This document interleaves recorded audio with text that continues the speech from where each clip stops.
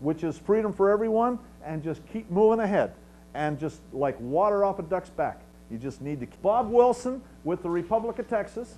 He's going to talk to you for a few minutes about the Republic, and I would encourage you to all, listen to what he has to say, and he will certainly give you something to think about.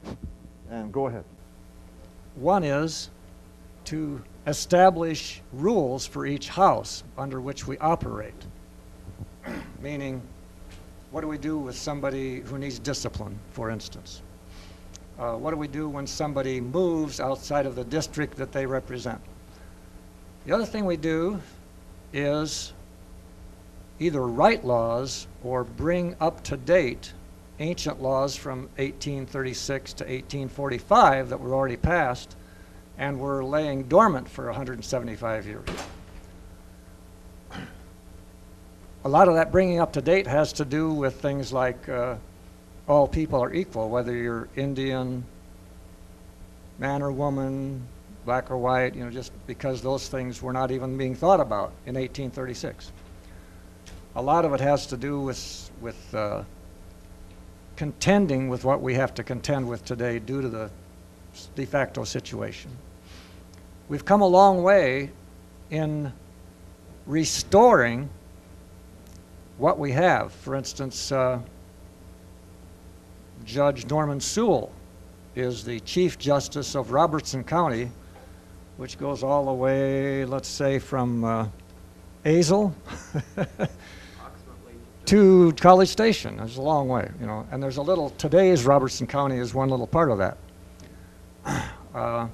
We provide the law, and clarify it, that enables those courts to meet.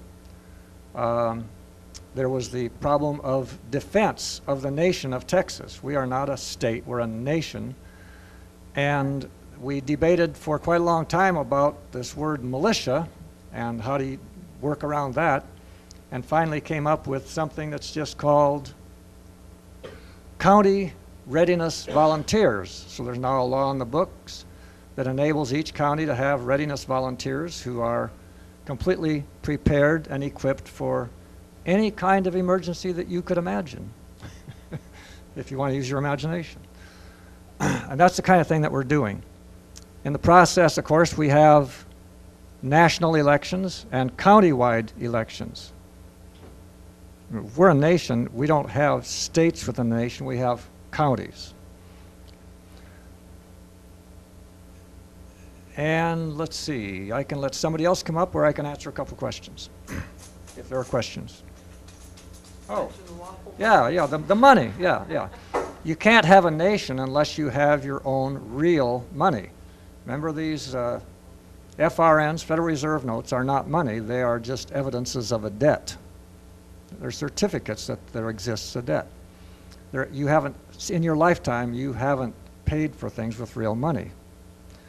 And so just a year and a month ago, we came out with our first piece of silver money. And we call it the Alamo because on the back of it is a beautiful picture which our government originated as a graphic art piece of the Alamo. And that is 1 troy ounce of pure silver. That's a beautiful proof grade coin. Will Sprayberry here has 1 or more of those with him, just so you can see them. There's one. And about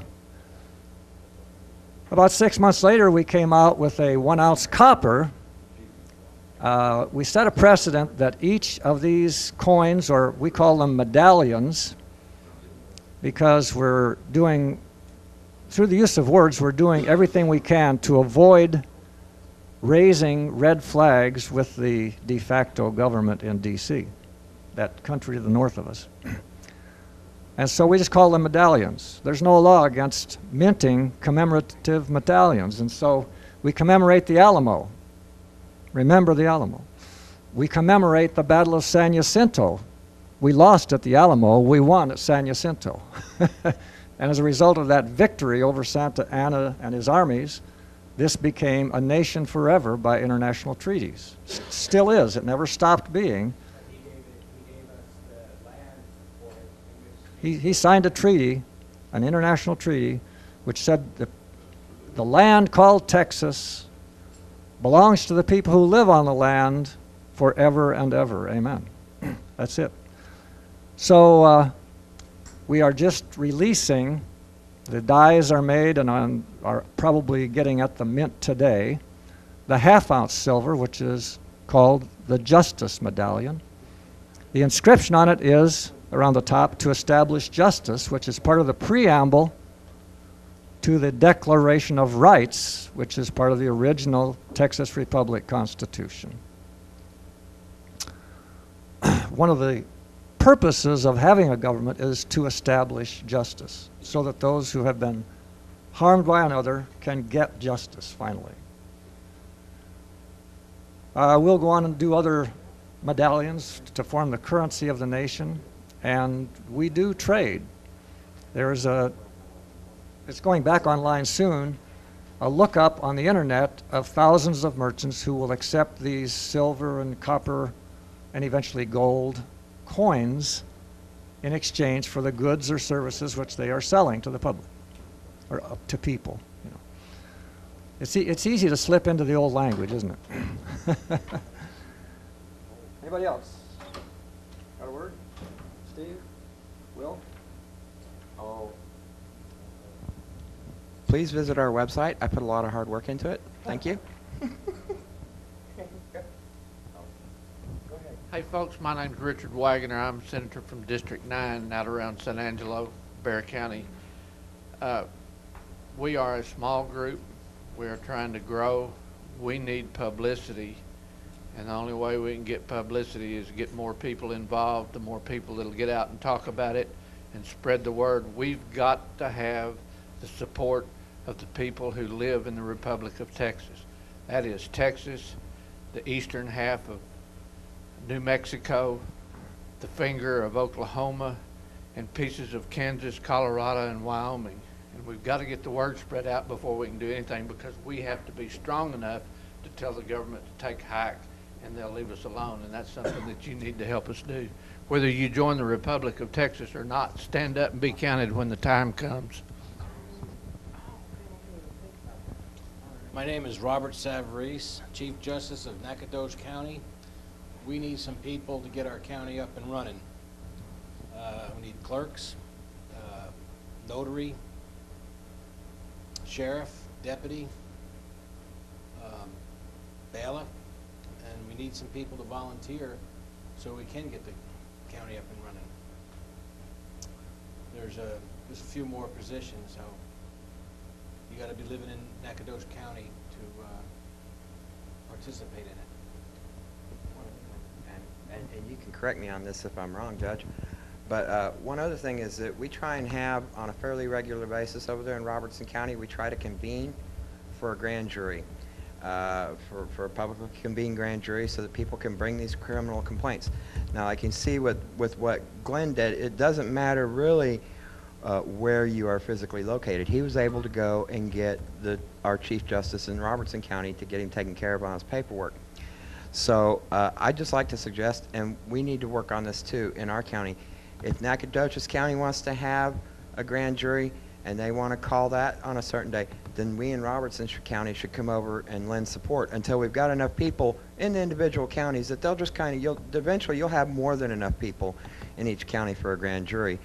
But I think in the counties we need to support each other if a county calls a grand jury, and I would just like to ask and encourage everybody over here on this Dallas side of town, if you see an email for a Robertson County grand jury, please try to attend, because you never know. Someday it may be you that needs to bring the criminal complaint, and you need a grand jury to do the work for you.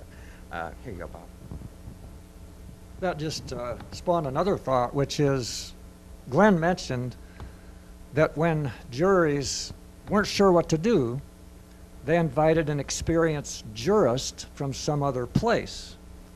And so when Nacogdoches or any county is ready to start having a grand jury and a common law jury, they can call on one of the more experienced, not highly experienced, but more experienced jurists who have been meeting in Robertson County for a couple years now.